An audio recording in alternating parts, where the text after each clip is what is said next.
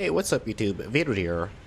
Welcome to a new quick tip video where I will teach you how to crouch strafe effectively and the benefits of crouch strafing. Because in this game, crouch strafing is a little harder than it is in a game like Halo 5, for example.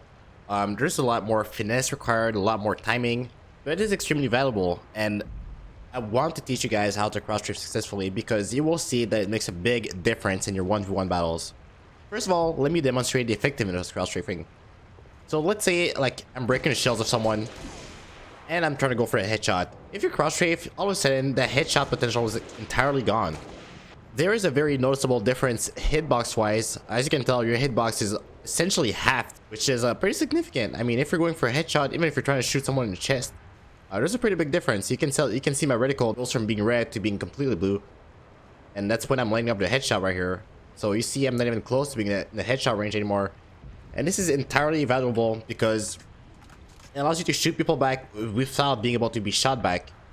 And it's different from jumping because when you jump, you have this really predictable tell in where you're going to land, and that makes it very easy for someone to land a snipe or something. You can very easily predict someone. When you crouch strafe, it's instant. You're completely out of the reticle's way, and there's no tell, you know. You just like suddenly crouch strafe and boom, you're out of the way.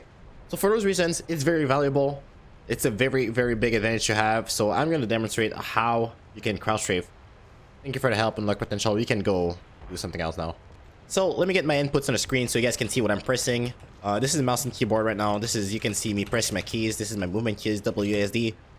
Normally my crouch is on my mouse button. I really like having my crouch at my side mouse button, but for this example, so you guys can see what I'm clicking, I put it in control.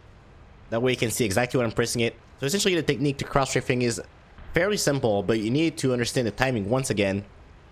A lot of things in this game come down to timing.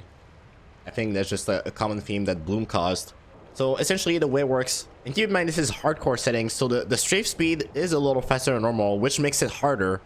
But if you can master it, this is completely entirely applicable to default settings as well, so there should be no difference there. But it's slightly harder to do in hardcore settings because essentially the way it works in this game is that you can only crouch when you're not moving. So the way you want to do this is that as soon as you let go of a strafe key, you want to hit crouch. So essentially, like if you're trying to do this fast, like left, right, you hit right and then crouch, hit left, crouch. So you want to do it right after pressing your movement key, right? It takes a little bit of getting used to. It's really just timing based, but essentially you don't want to hold the movement keys at all. You want to let go and then crouch. And if you're still moving too fast, you can tell like if you're still strafing, it doesn't work no matter what. So it's really important to like stop moving and then crouch. And if you get the timing right, you can still crouch very well. You can still strafe very well at the same time. Now let me get my controller inputs on the screen. So essentially on controller it's pretty much the same thing, except you do have a slightly bigger window because the thumbstick resets back to neutral when you strafe, right? So when you go from right to left to right to left, it goes back to the center. You can actually capitalize off of that to get a good crouch strafe in. However, it's pretty much the same concept. You want to hit your strafe and then crouch. But like the timing is a little bit easier. It's actually most definitely easier, but it's pretty much the same concept. Think of it like a stutter step, if anything. You don't want to hold your stick. You don't want to keep like strafing while crouching because that won't work. But like tap, crouch, tap, crouch, tap, crouch. It's pretty much like a dance move. Very easy to remember.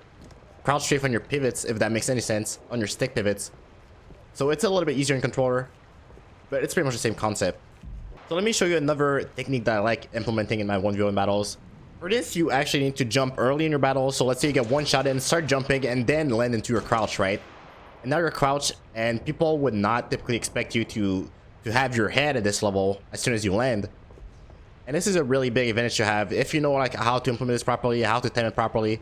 Or even if you're engaging someone as a one-shot, you're coming around the corner, you're just jumping, and then boom, you land into your crouch strafe. That will actually prove to be very valuable. If you make it down to your feet and land into a crouch, people will almost always miss their headshot. So that's something to think about. Try implementing your crouch strafe into like your jump in your battles, and you just like crouch land it and just stay crouched. It's really important not to uncrouch because that way you're not getting your head at the level that people will expect, and that makes you a lot harder to hit. So that's something useful when you're one shot, or like when you jump early in your battle, just land into a crouch and implement that as part of the strafe. So just crouch, and there's There's nothing like really special about that technique. It's just kind of knowing when to use it, and it will allow you to stay alive a little bit longer on average. Those are the main techniques I use for crouch strafing. Try and implement it into your playstyle and see how it benefits you, because once again, it's extremely valuable for surviving a little bit longer.